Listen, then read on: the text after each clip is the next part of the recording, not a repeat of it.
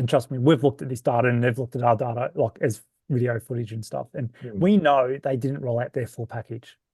But we also know they rode really, really well.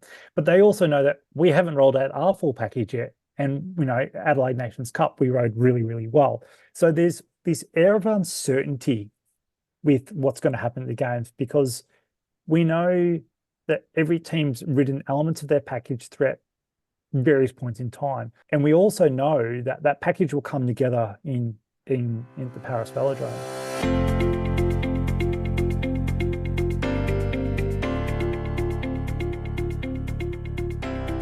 G'day legends and welcome back to the Press Room Podcast presented by Zwift. Legends, episode 115, and we're continuing on our Olympic focus this week following on from last week's episode with Alex Manley and Georgia Baker, two champions. The track, it kicks off this week at the Paris Olympics.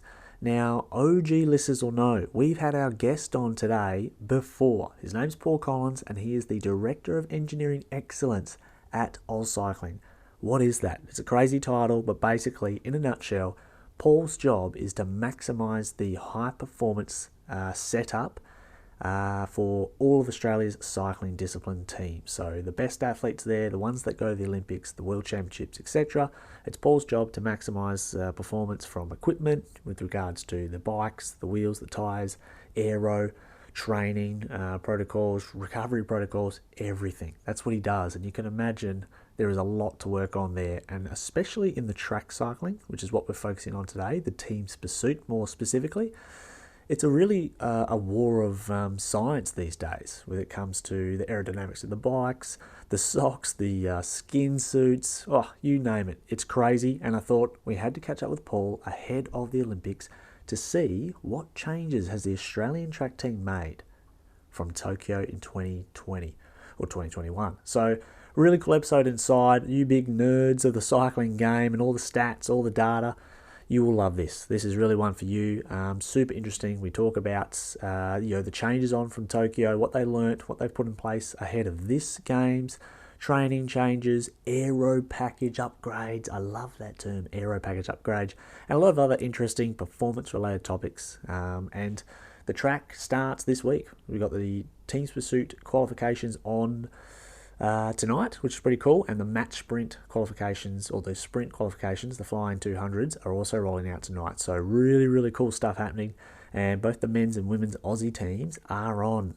They are a sniff, I think, for a bronze. Let's hope they can get into that bronze medal write-off. Either way, TPR is going to be there, actually. We've got tickets to the men's and women's team suit finals, so that's going to be pretty cool. So really cool episode.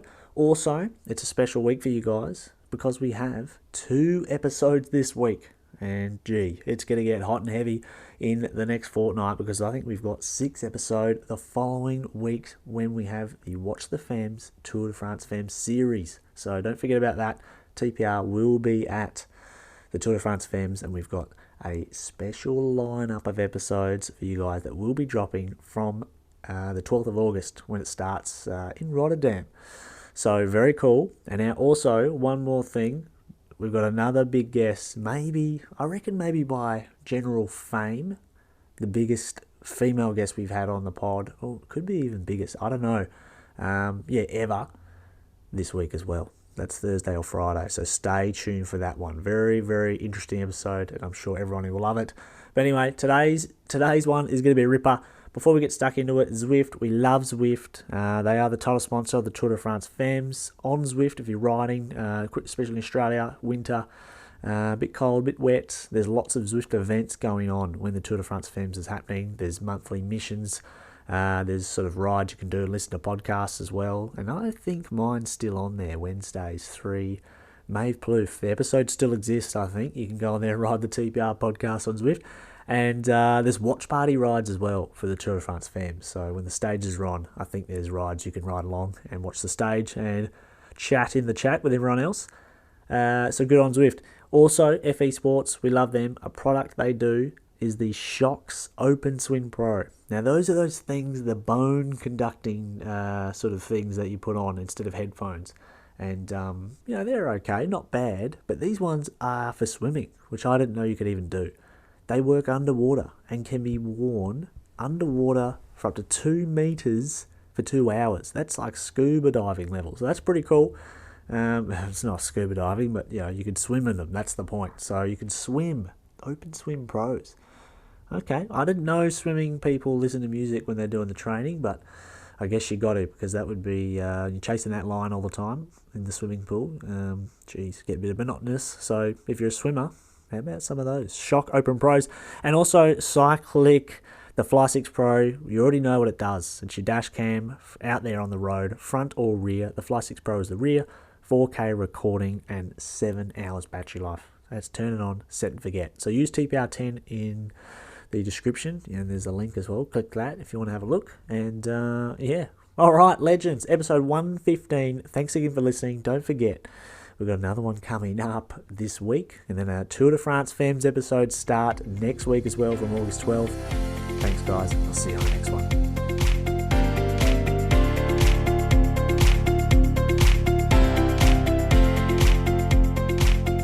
I tell you what, even the resale tickets for the track events, like, oof, they are. It's like you can buy a ticket to like the repechage, Kieran's, and maybe like qualifying for the sprint. It's like €350 for a €350. per ticket. That's So the resale. that's like a lazy 500 Australian straight up. Yeah, and that's on the official Paris resale page. So, because apparently the track ticket sold out in 36 hours or 38 Yeah, hours. that wouldn't surprise me. Small venue as well, though. Or Yeah, not. it's not a massive venue. Mm. And I look, and this is interesting because these are some of the discussions that I'm hearing, even in Australia. Like I know at the Anamise Velodrome in Brisbane, they're going to upgrade the seating before the games. So Oh, nice. That's a good. Well, that's already a fantastic it's a venue. good venue. Yeah, it Yeah. is. Mm. Well, I wanted to talk to you about I'm really interested in the team's pursuit, and this by the way, we won't air until probably the week of the team's pursuit. Yeah. And so it's been, oh man, it feels like the last Olympics for me, thinking about the team's pursuit world, was only like last year. It just feels like it was, we were talking about all that stuff with regards to the last setup in the last worlds as well. Yeah. And like, I wanted to know from what you can talk about, what do you think the main learnings were for the Australian team from the last Olympic cycle with regards to the team's pursuit? Because it was really Oh, different. yeah, it's a really good question. Really good question. Mm. And look, what I will say is the team pursuit is evolving. Like it really is. And I'm going to do a couple of shout out to competitors along the way here because I think we're all learning from each other and Mm. we're all looking at what each other's doing. And I think there's this kind of almost purity to the team pursuit. Like it really is, it's like 4K. And the same with the men's team sprint. Like, it's this fixed distance and it's just about how fast can humans actually go. Mm. And it's a really interesting thing because we are talking speeds of 70K an hour. Like it's just mental. Could you with no downhill, no wind assistance, it's just a straight out effort, right? Standing start, like, yeah, and they're just ripping around the track and there's not much complexity to like there's a lot of complexity, but from a mechanical thing, there's not a lot of complexity. It's like two wheels, a frame, and a chain, right? Like it's quite funny when you think about we put all this emphasis, but what we're seeing is individualization. And that's what my head is, it's so individual. So you've got to get 4 really talented athletes straight up. Yeah. And then you've got to individualize everyone's aero package. And then on top of that, you've got to individualize their bike fit, their skin suit. And then you've got to overlay some other stuff like this strategy, right? Because it's not 4 laps each. Yeah. Not, there's 16 laps, 4 people, male or female. And, it's not like they're doing 4 laps each, right? Because they're not all the same. So some, like a starter, might do 3.5 or 4.5 laps because, there's a ramp up function and then their steady state. And then you might have someone like a Wellsford or Garner who can do 5 laps and completely on the rivet. And then you've got rotation turns and rest periods. And then if you really want to get deep into the weeds, then you can look at blockage ratio, right? Because every athlete, whilst they've got their CDA number, when you sit on their wheel, you get a benefit. But, Mm, we've got athletes of varying sizes. Um, and as you sit on their wheel, you might get more rest on someone else's wheel versus the other athletes. So athlete A might give you more benefit than athlete B. And so there's this mm, huge strategy of not only how aero you are, but how much recovery can you get behind another athlete? How many turns you're going to do? What gear ratios? And it's kind of like this wicked math problem that there is no one single answer. There's all these permutations that you can use. Yeah, that's interesting about the individual aero packages as well, because all the riders are different body shapes. They sit Yeah, on the bike differently. Yeah, like your skin suit, they're obviously different sizes as well, and how they conform to that bike, I guess. So like yeah. even the new bike, it's like that might fit. That might not fit all the riders. I can tell you now, Jethro, it doesn't fit all the riders. So if this is coming out the week of the TP, you Yeah. will see we have gone to we've got a great package, but there is individualization. You will see individualization amongst the team. Yeah, that's Even helmets. Not all our riders are wearing the same helmet. yeah, for sure. Yeah, that's crazy. I'm thinking in my head like we used to have when I was funny enough. I got the jacket on now. When I was working at the Wacker, when we were trying to like monitor the player loads for the bowlers, and versus their training loads throughout the week, and how much uh like how much running they'd done in certain speed zones. When we're trying to work out their fitness and stuff, we'd have this spreadsheet that we put all the data into after training, after games, and after individual balls from Mm. every over of the game. And like the spreadsheet would spit out like a couple of numbers, like one or two numbers, and it was like it kind of pulled everything together into one number for their load and their Yep. fitness. And I just imagine like, does that exist in the team's pursuit Yeah, world where all of those things come it down does. to one figure? No, maybe not one figure, but multiple figures. And like, we've got Mm, some great performance scientists that look after that, and we are kind of using, the normal packages that, we've got some additional add-ons, but like we're still using training peaks, like, because you got to remember a lot of our team pursuit athletes are also road athletes, right? So they're mm. switching between track and road. And so their Yeah, teams, a lot of the pro teams are using, training peaks. It is what it is. yeah, AusCycling just recently announced a new partnership with Training Peaks. nice. So get onto that for those members. Thumbs up. Yeah, Um, we love training but peaks. but what it is, those packages are suited. Then we've got another package that we use where we look at heart rate variability and recovery scores, Mm. and that's done by an Adelaide-based company, a really cool company called Lumen, who are really big in like just data aggregation. Like that's their thing. You And say so we've lumen. partnered, yeah, Lumin, Yeah, I've Lumen. seen them. Yeah. Uh, yeah, really cool. So they're big on strength and conditioning and things like that, but Mm. they're really great in data aggregation. And so from multiple sources, whether it's a power meter, whether it's an Aura ring or Whoop. Um, and so, yes, whilst we might not have one number, like how you go for a run or a ride and you got your Garmin, it comes up with a recovery score. Yeah. That's pretty low level. We do similar things, but Yeah. with way more data points. Yeah, that's interesting. So, if you when you're doing competition, is there? I imagine there's someone gathering the data live during that. Yeah, so we will have a performance analyst at the track in Paris who will be filming everything and doing like splits and giving split reports after each event, and Wow. but also not just doing analysis for our team, but looking at competitor analysis.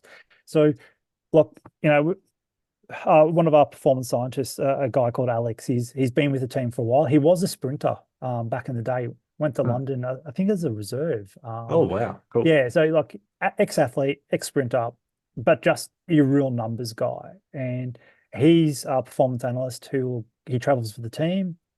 He does a lot of the analysis in the background. You won't see him because he's at hiding in the back, Yeah, but he just provides this wealth of data, and he's got this amazing database of, you know, our competitors, what their times are, how we look at their data, and we'll give that sort of lens of, okay, here is some things that could or couldn't work, or here is how we look at what happened in the last round, or this is what this team has done. And Mm. so, yeah, whilst we've got the athletes on the ground doing an amazing job for us, there is a team behind the team, as they say. Look, Yeah. most sports, crunching Yeah. numbers, and Alex will do a great job, and another guy called Peter, who's like a training scientist, again, does an amazing job trying to keep the athletes fit, healthy, and recovered. Wow. Yeah, it's so crazy, all that stuff. Like when I was at the Scorchers and Warriors, and shout out to this cricket team because they win every comp every year from the Mighty West. But my job would be to sit on all the players would wear GPS units. Yeah, And at the time, this was five, maybe not even that. Oh, yeah, probably about 5 years ago. And they would all wear the GPS units, and some of the players, the older players, hated wearing them because they had to wear the sports bra thing, or we'd have to tape it on their back, which was yeah, always gross because I had to do that. And during during the game, it measures more for the bowlers and the batters, but I'd be there with a laptop sitting on the boundary. Every over, I would have to input the bowler's individual ball, how fast their run up was, their peak speed, what their like certain meters at a certain speed they did, and then the the GPS unit could also measure like yaw, so I was able to yeah, get a load figure or a strain figure from the actual bowling action, and it would spit out something, and I'd be able to put that number in for every ball for 72 overs times 4-day Shield game. I just remember now I could just sit back and think there was rainy days, there was like hot days, and I'm just sitting there just inputting this data. I'm thinking, they better be using this for something. And I can only imagine in 6 years down the track in a more technological sport than cricket, um, yeah, how many people behind the scenes and how hard they're working. yeah. Do you think, Paul, like, God, was it the Olympics or the World Championships that the Danes brought out that tape on their That was the legs? Olympics. That It was the was greatest speed hack ever for like 20 amazing, cents. It's awesome. amazing. That was a That, Dan Bingham innovation, because Dan Bingham was yeah. working with the Danes at that point. Did you ever read his book No, I from, haven't actually. I what was it should. called? Something in Reverse. I read it. It's quite good. Yeah, Um, and like reverse engineering speed or something like yeah, that. Start from the end. I think that was it. Start from the yeah. end. Okay. But do you reckon there could be something like that this year? Someone could Look, be, to be fair, the UCI, they've got a tough gig. Don't get me wrong, like really yeah, tough gig, because you got to think you've got the dang Binghams of the Lord just coming up with crazy looking stuff. for loopholes. Yeah, and look, we all are. And look, I can tell you now, I've been on with the UCI twice in the last 2 weeks about various things that, Wow. in playing in the grey areas, as they say, Yeah. and it wasn't for track, it was for something else. Right. Right. Which, new innovation that we've brought out. We flagged it with the UCI last year. We raced it a couple of times this year on the road. Mm, And then they looked at it again and thought, oh, that's a bit sketchy. But so mm. that's what I mean. The story is it's going to happen for Paris. We've got it's all good to go. So we're really confident in this Cool. innovation. But I'm not the only one doing this, right? So Yeah. there's myself and a team of engineers and scientists here in Australia doing stuff. There's also every other nation's got the same, right? Like New Zealand's got a version of me, England's got a version of me, Mm, mm. and so the poor UCI trying to manage this, plus the sponsors, plus the suppliers, like the whole controversy about the Giro Airhead helmet, like the new Oh, crazy, yes. yeah, Yeah. Visma Lisa bike using, right? Because that was legal, then it got banned, and then it's legal again, right? So, and then we had the specialized TT5 with the head sock that you can use the Hmm. TT5, but you can't use the head sock. Can't use a sock. Yeah. And that's what I mean. Like there's so much going on. And Mm, and Mick Rogers recently gave an interview. I saw it on another YouTube channel, and he was saying it's a tough gig, like because you've got yeah. this balance between having innovation, but also trying to create a level playing field. And Mm. so going back to your question about are we going to see anything crazy at the Olympics? No, I'm going to hesitantly say no, because we should have seen everything at Mm. Glasgow and Mm. subsequent events. But that's not to say that someone can't find a loophole somewhere, Yeah. because Yeah. there's people, that's what they do. And that's, you know, that whole taping thing on the Danes was, again, it was a great hack. Like, I loved it because it was Yes. simple and it worked. And it was in a gray area. And there is always that quirk of sport, the uncertainty of sport that Mm. might happen. And it might Mm. not happen in track. It might happen in a different discipline somewhere else. Mm. Do you ever have you ever have worked with other sort of data, people in your role from other sports to help you with the Australian Yeah. team? Yeah. So I've got a great community around me. And we've got so one of the people I really interact with is a company in Melbourne. It's an aerodynamics company that helps us develop the bike. Mm. But Brendan, who runs his company, L2T, he is ex Mercedes F1. So he was Oh, a Formula One engineer for a long cool. time and did work with Sauber and Toro Rosso and Oh, a couple wow. other cars over there. And so, like, he did a lot of aero work when Lewis Hamilton was like really Yeah. dominant Mercedes. Yeah. And so Brendan is one of those people, circle of experts that I lean on to helping. I do talk to Jess Coronis at Swim in Australia, who is like their leader around data, and they've done this amazing work with their partners and how swimming data is aggregated, and Mm. they've got like this really amazing robust system. This database is like, I looked at this database and thought, "Oh, how do I get that? Like that level? Really? It's Yeah. like we've got a good database. Their database is like next level because they've invested. We're talking big money into this Wow. database. Athletics again, and what I look at is this community of people is we look at what are the like sports. So swimming, athletics, and cycling.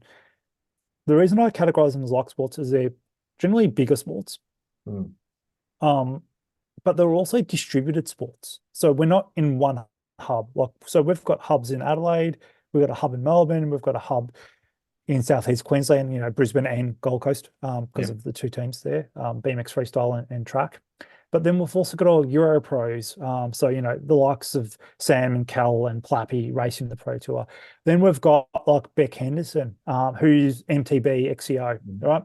And then we've got BMX riders Mm. like Saya and Isaac and Lauren, who are Yeah. also racing the globe. So we've got this really distributed, fragmented Mm. network of athletes everywhere at any Yeah. given time, racing the various circuits.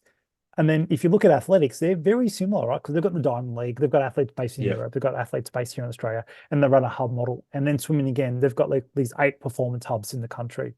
And so, yeah, you kind of look like for like. Like, Mm. what are the innovations that are analogous to us? And then how do we learn as a community around that? And so, whilst I lean on them data, they lean on me for textile knowledge and Of equipment course. information. So it really is sharing. And Mm. then we've got the external consultants like Brendan. We've got Pen from Sync Ergonomics. It's just this amazing bike fitter, and he's Yeah. done so much with the Pro Tour, Yeah. Yeah. and and The and his extensions wealth of and stuff. knowledge.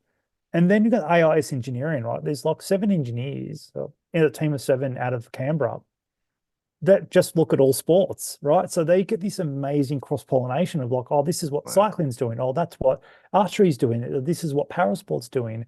And so we have these really great conversations around, okay, what are people doing? What are the challenges? What Mm. can we do together and what do we have to do separately? And so having that community around you is really positive. And that's also overlay that with coach feedback and then athlete feedback as well. Mm. Yeah, geez, that would be a fascinating job trying to uncover and just discover all that stuff across the sports. You mentioned athletics. One thing I've always wondered about athletics and sprinting, and even even a 400 meter, why don't they wear skin suits? Like, I would That's be a, wearing a I skin don't suit, know. eh? What's even bizarre is they still pin numbers on, right? Like I Oh, recently, I recently, I did this with Matt Glaetzer, and it was a really funny story because there are rules on how we pin numbers on right. at the Olympics and competition. So Matt and I went into the wind tunnel, the recently opened wind tunnel in Adelaide, Oh, cool, yeah. and we did some experiments of how to pin numbers on, and like, yeah, we got a really good methodology. I'm really happy because Matt Glaetzer, consummate professional, right? This guy, Yeah, he looks all-time like it. Olympian now, like Yeah. this guy's a legend. And Matt and I, we're just trying to figure out how do we get this number, the pin on the outside of a garment, with negligible aero Mm, penalty. mm. And so we came up with a really great method, and it works really, really well. And I'm looking forward to see it roll out in the Paris Velodrome. But then you look at other sports, right? Like athletics are like literally 4 pins. Like it's like you're giving away time. You're just absolutely Yeah, giving away time. yeah, But and then swimming, because I've done a little bit of work with swimming many years ago, with one of the brands, big with Speedo, right. and like the level of innovation around textile science is next level because trying to reduce the drag. But Yeah. yeah, it's really interesting the different sports. And then if you look at triathlon, they sublimate the names on to the Yes. suit. So like you've got all these different sports, right? Trying to get a name on a jersey or a piece of a garment, and they all approach it really differently. Yeah, yeah.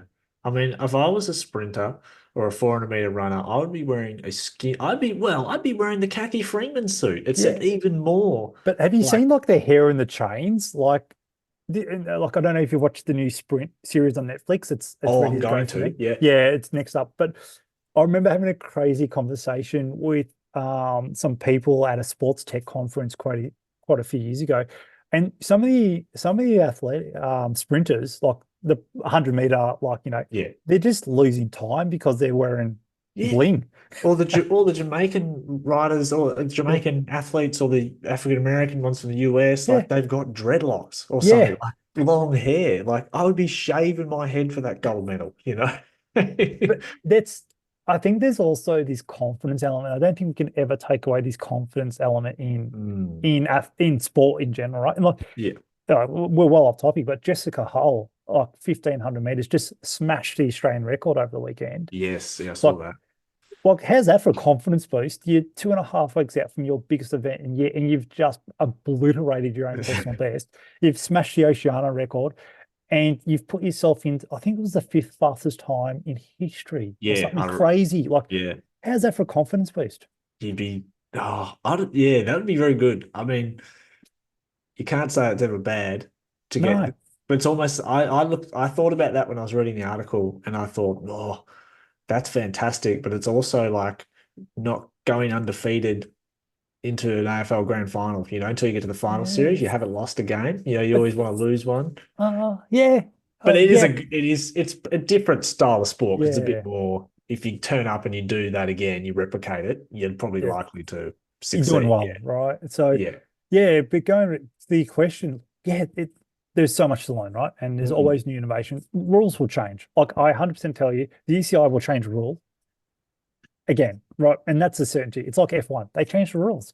Oh yeah. And Yeah. and then you just no, take on board what you've learned and adapt to the new regime. Mm. Mm. What's the of the team's pursuit setup, helmets, Yeah, well, maybe outside of the bicycles. I imagine the bicycle is the most expensive part. But yeah. what is the second most expensive Skin bit of suits. tick? The skin suit. Yeah, 100%. Like straight up skin suit. So the bike's Wow. expensive, wheels are expensive, Mm.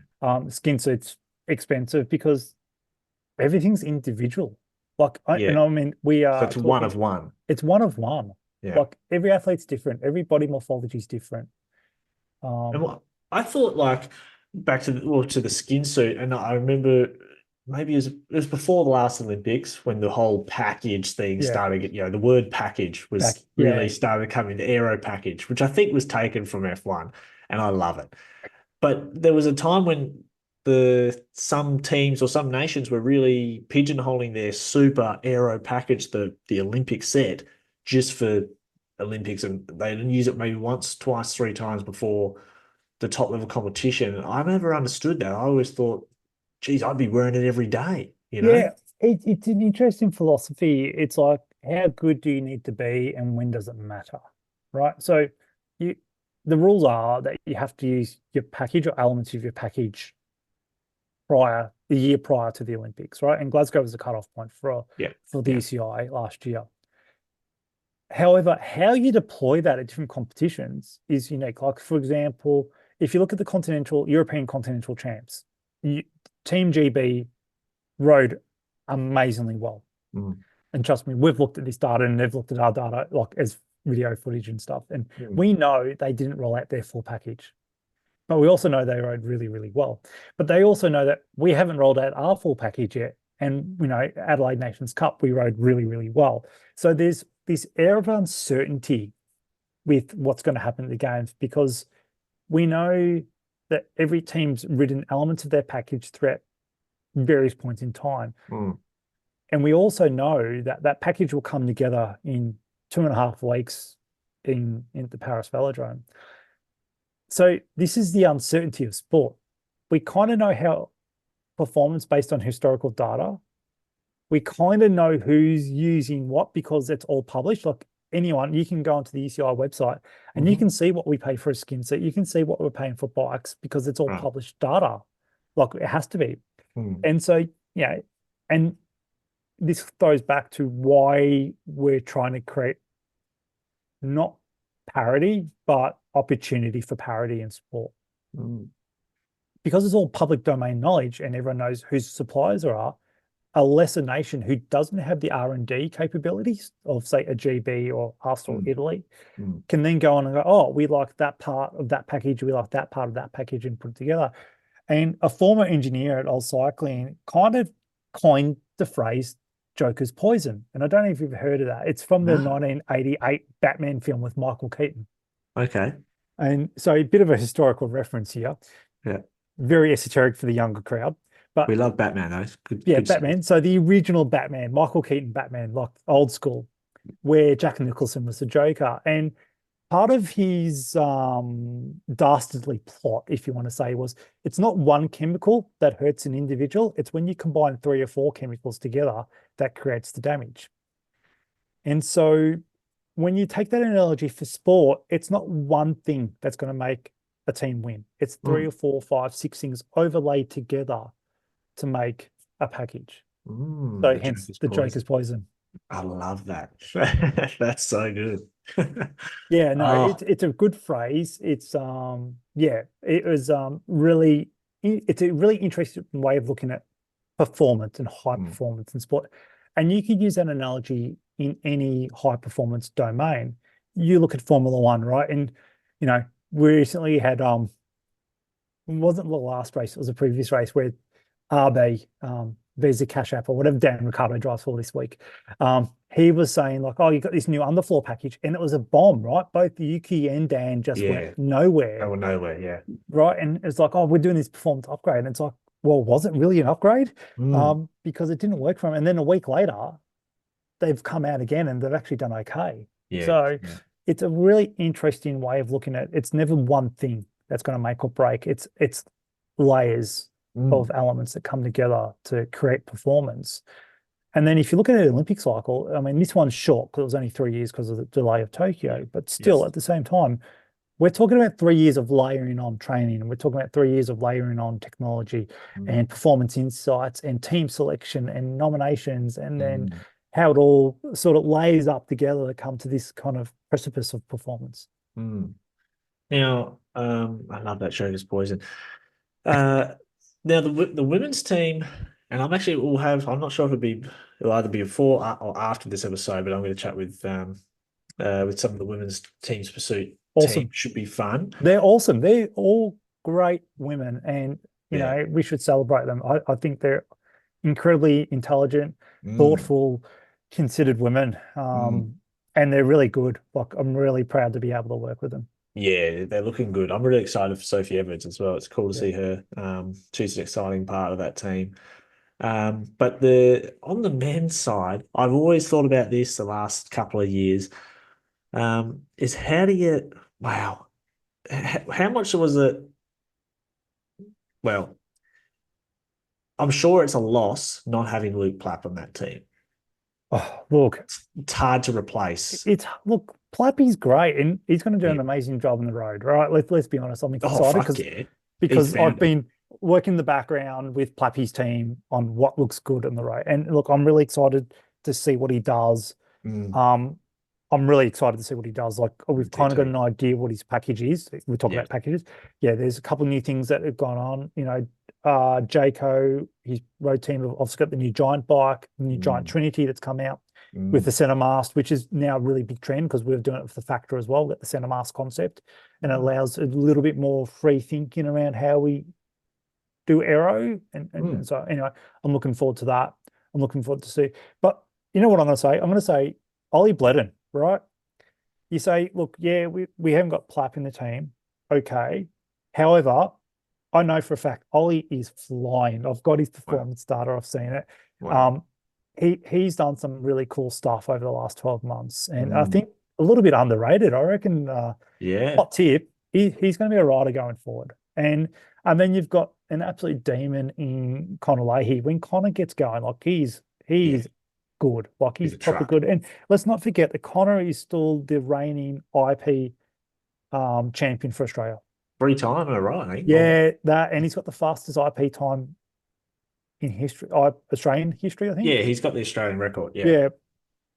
Yeah. If not the Oceania record, or maybe a new Kiwi's got that at the moment. I don't know. But Connor's Mm. good. Like, so Mm. yeah, Plappy, great, and he's doing cool things in the road, and it's Mm. really exciting to see what he's doing at Jayco, and especially in these 1 week tours where he's kind of got this really good seat spot at this 1 week tour. Yes. He's starting Um, to find it. Yeah. and as he gets older, it's going to be exciting to see how he goes from a 1 week tour to a 3 week tour. So Mm. there's no Mm. doubt about that. I know he's got ambitions, and he's talked about those ambitions. Yeah. But for Paris, it's him stomping a 50-minute time trial. I think it's going to be, give or take. Mm-hmm. So, and I know he came back to Australia, did some training. Now he's back in Europe, and Yep. so no, excited to see what he does. But Yeah. yeah, yeah, Plappy out of the team. That's one thing. But I'm going to say I'll throw Ollie in there. Ollie can Mm. stand on his own, and I've always liked Ollie because he has when he because I sort of know, I guess I knew him when he was a little bit younger, yeah, and when he started to grow and get a bit bigger, I always looked at him and he used to ride with a well he would ride with another rider who was a little bit smaller, yeah. similar capabilities, but he was just smaller, didn't quite grow as much. And I remember looking at Ollie and thinking, oh, he's got the perfect shape, because now he's taller, long limbs, like he's He's like a cow. he's And deceptively tall. yeah, yeah. And now you Like, fill that frame out, you add the power. He's got a nice sprint. He's got good attributes. So yeah, it's cool to see him get picked. and definitely, it's gonna be good to see his career. Honestly, Mm. I think you look at seeing his numbers and seeing the numbers of other athletes have come through the program, such as Luke.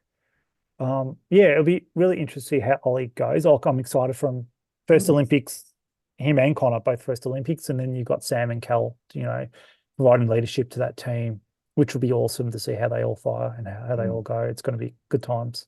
And at least Yeah. I can talk about it now because I think we were supposed to schedule this a couple of weeks ago and Yeah. the team wasn't nominated. So I couldn't tell you who the team was a couple of weeks ago. But now when we're recording this, it's all public knowledge. So it's good. Yeah.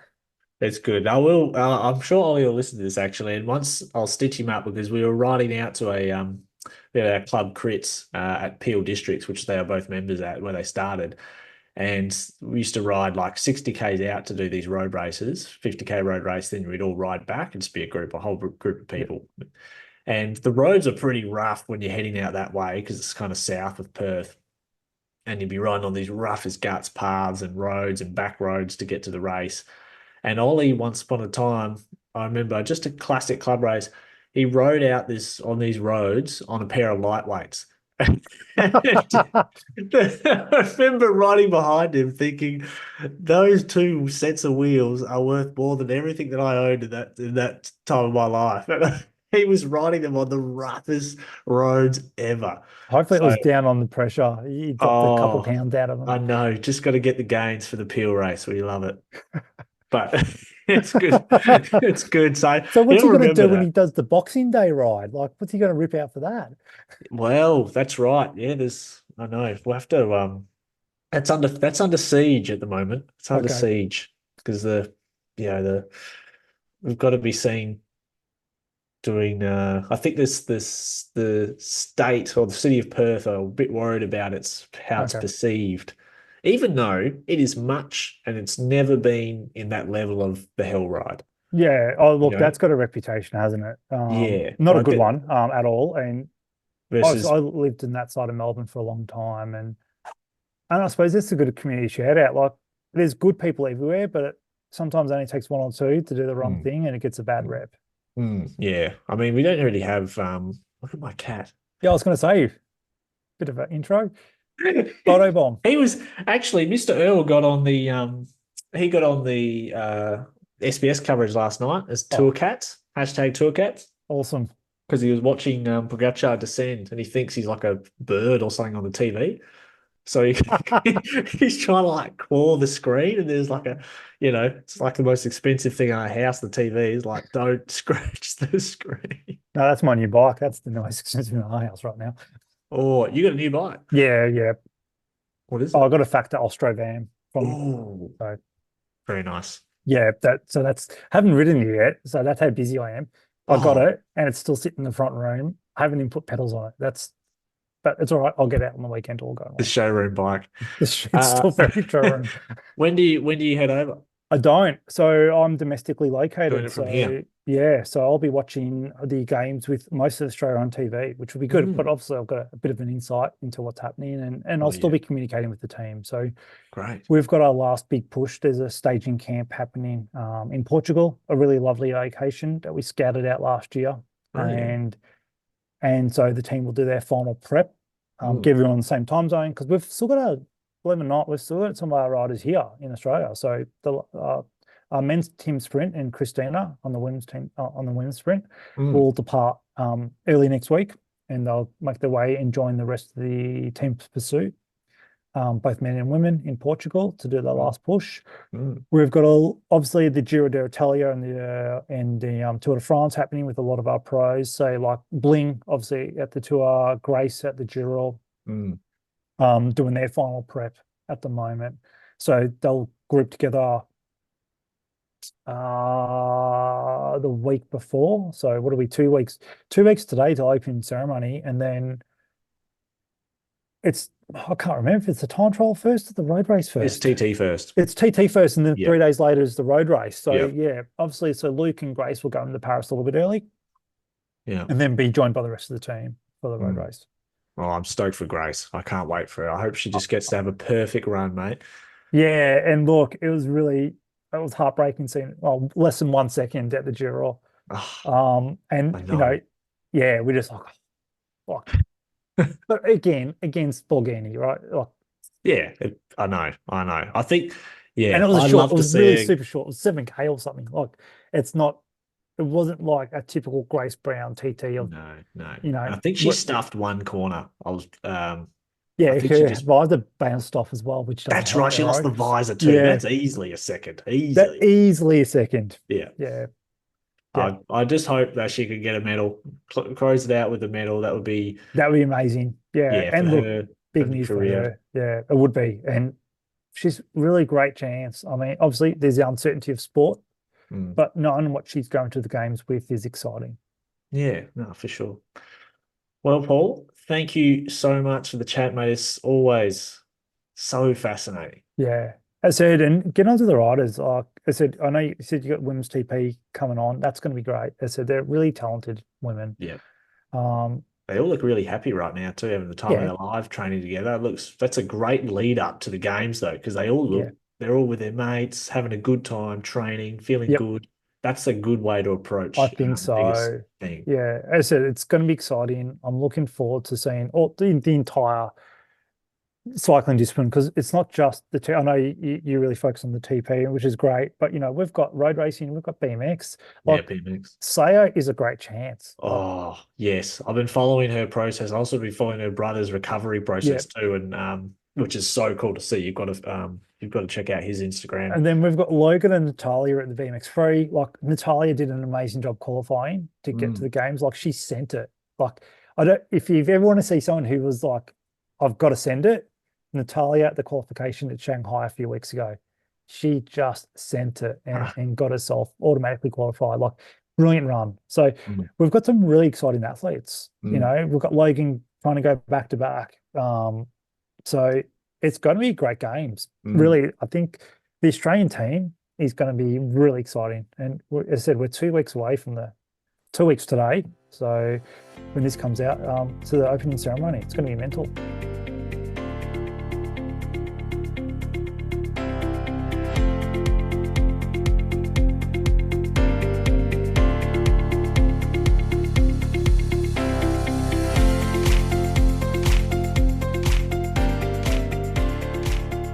G'day legends, that's another episode done and dusted. A big thanks to Paul Collins for coming on the pod yet again and giving us some secret squirrel stuff in today's ep. And a big thanks to you guys as well for listening. I love it. I love hearing the feedback, and I hope you've been enjoying all the eps this year.